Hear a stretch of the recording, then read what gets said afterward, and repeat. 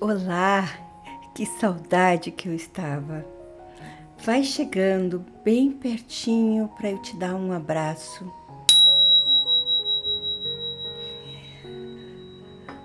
Vamos hoje no episódio 17 conversar sobre a procura de nossa turma, a sensação da integração como uma bênção.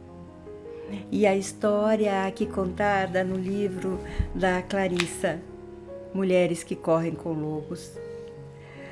E sabe por que eu demorei um pouquinho para fazer esse episódio? Porque ele me toca a alma. Porque ele fala de coisas e de momentos e de lugares desafiadores dentro de mim. Então, que bom que você chegou aqui. Eu fico muito feliz em estar contigo novamente. Vamos lá? Nesse episódio 17, falando na história do patinho feio e a descoberta daquilo a que pertencemos. E você se lembra da história do patinho feio? O patinho feio. Uma história que, durante os 2 últimos séculos, foi uma das poucas histórias a incentivar as sucessivas gerações de gente diferente. Isso, gente diferente, a aguentar até encontrar a sua turma. E quando falo isso, já vou ficando tocada e emocionada com esse nosso encontro. Então, repito, que bom que você chegou aqui hoje. Trata-se de uma história básica em termos psicológicos e espirituais. Isso, uma história básica é aquela que contém uma verdade tão fundamental para o desenvolvimento humano. O patinho feio. Essa história, como diz a Clarissa, ela tem muitas versões, todas contendo o mesmo núcleo de significado, mas cada uma cercada de diferentes enfeites e franjas que refletem o meio cultural da história, bem como o talento poético de cada narrador. E daqui a pouco você vai entender. Vamos junto. Clarissa fala que o patinho da história simboliza a natureza selvagem que, quando forçada a enfrentar uma circunstância pouco propícia, luta instintivamente para continuar viva apesar de tudo. Aguenta, resiste.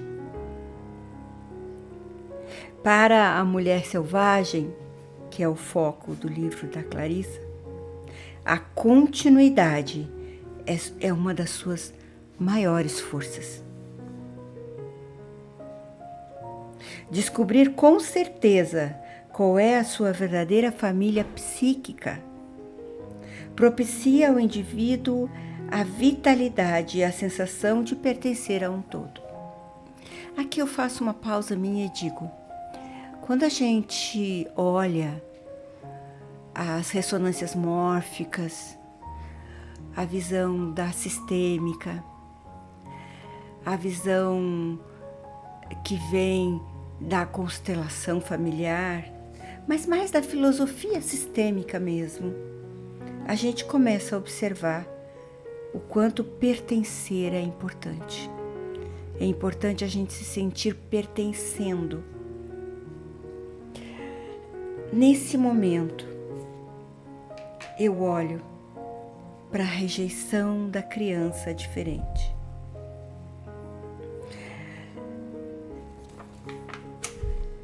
E aí, talvez você me conheça, talvez você saiba da minha história, mas eu tenho um filho atípico, um filho especial.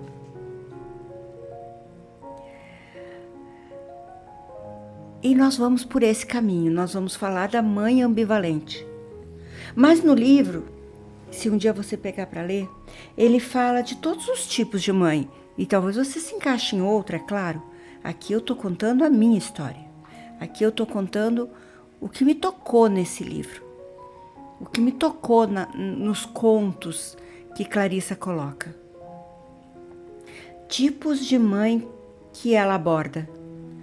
Mãe ambivalente, a mãe prostrada, a mãe criança e a mãe sem mãe, a mãe forte e a prole forte. Então ela fala de todas essas histórias. Mas nós vamos direcionar aqui para a mãe ambivalente, que é o que me toca.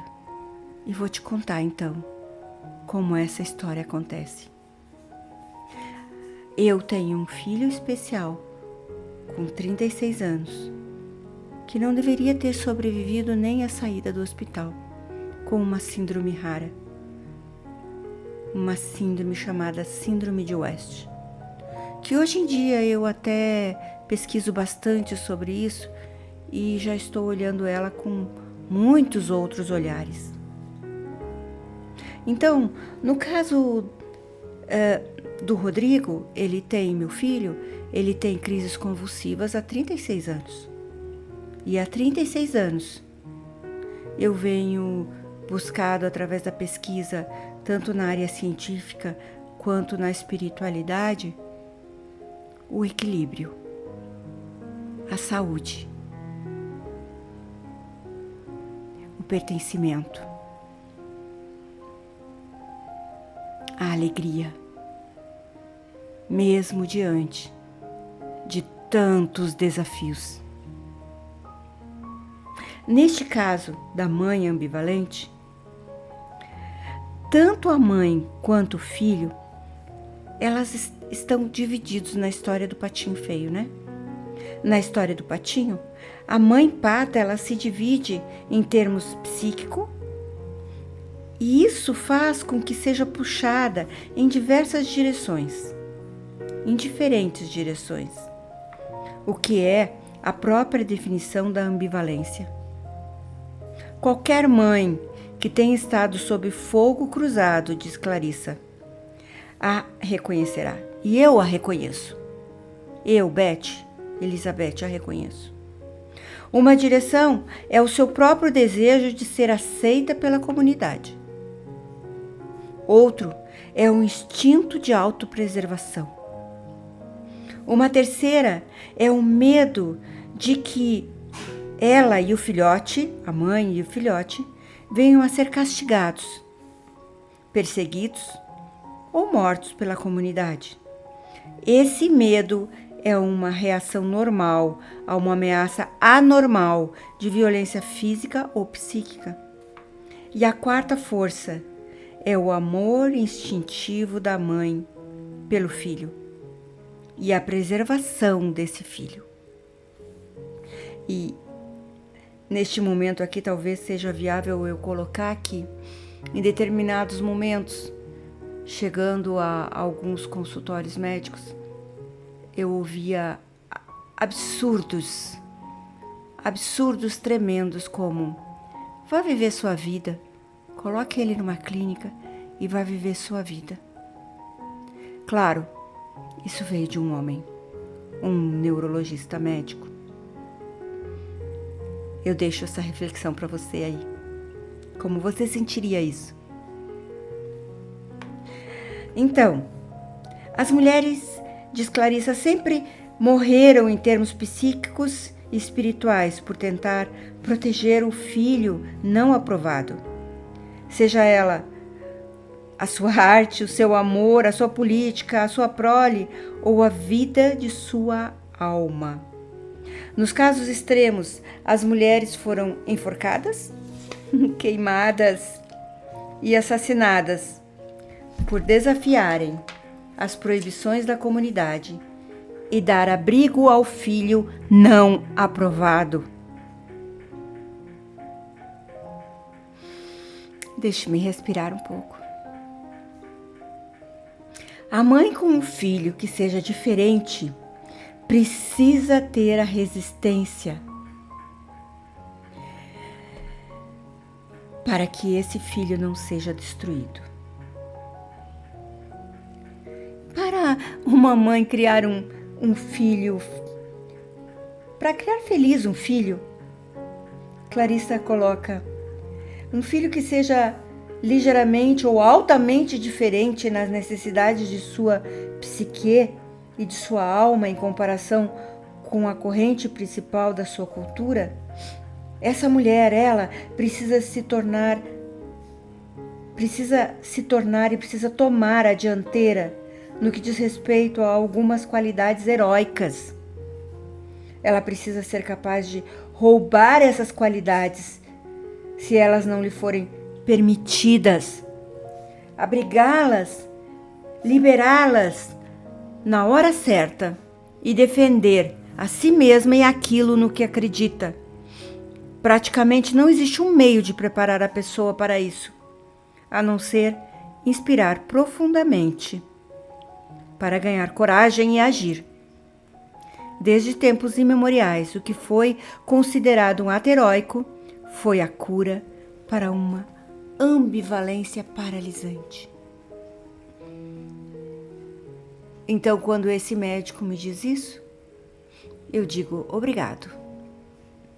Viro e saio, sabendo que não vou fazer o que ele disse.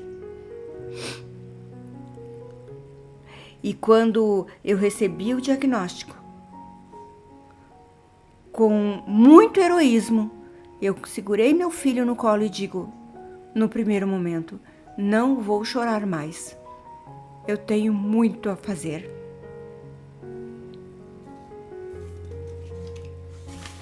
Então,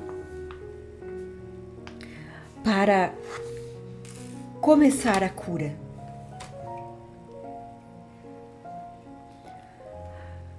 pare de se iludir com a ideia de que um pequeno paliativo irá consertar uma perna quebrada. Seja franco frente às suas feridas e assim,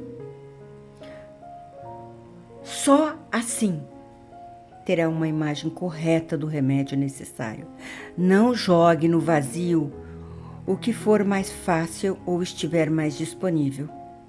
Faça questão do medicamento adequado. Você o reconhecerá porque ele irá fortalecer sua vida em vez de enfraquecê-la. Então, eu sigo. Eu sigo te contando. Nunca é errado ir à procura do que necessitamos. Nunca mesmo.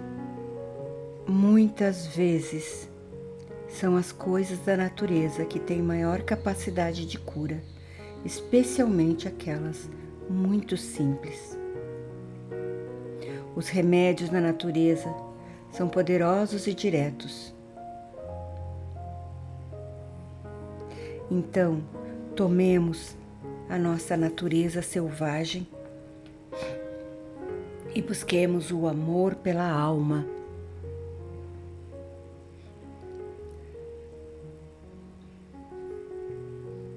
Aguarde, confie, faça a sua parte. Seja qual dessas mães que eu falei antes você pertence, você descobrirá o seu próprio caminho. Eu descobri. Diante da adversidade, diante dos grandes desafios, eu reconheci, depois de tanto sofrer e vaguear, atravessar fronteiras, eu segui. Então, Clarice diz assim: depois de tanto sofrer e vaguear, elas conseguem atravessar, por acaso, a fronteira com seu próprio território e muitas vezes não percebendo por um certo tempo que as expressões das pessoas deixaram de ser depreciativas e passaram a ser neutras, com maior frequência, quando não seja de admiração e de aprovação. Então eu digo para ti nesse momento, hoje eu ainda me emociono com essa história do patinho feio e de como Clarissa conta isso e como isso me tocou e como foi difícil chegar aqui com vocês. Eu demorei um tempo, talvez você perceba entre o episódio anterior e esse, né? E hoje eu tenho um trabalho de conclusão de curso para fazer e eu ia fazer outra coisa, ainda fugindo dessa fala. Mas agora eu me dou conta de que eu preciso falar. Eu preciso contar essa experiência. Eu preciso mostrar para você, mãe, mulher, fêmea, como é conquistar essa força de uma mulher selvagem, de uma mulher que cuida da sua prole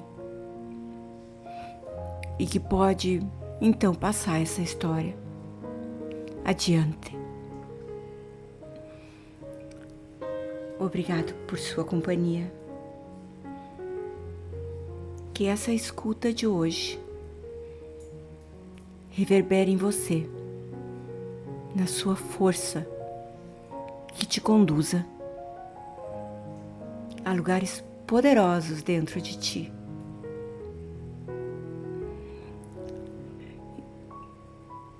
Deixo aqui o meu abraço, o meu carinho. Fique bem. Fique muito bem.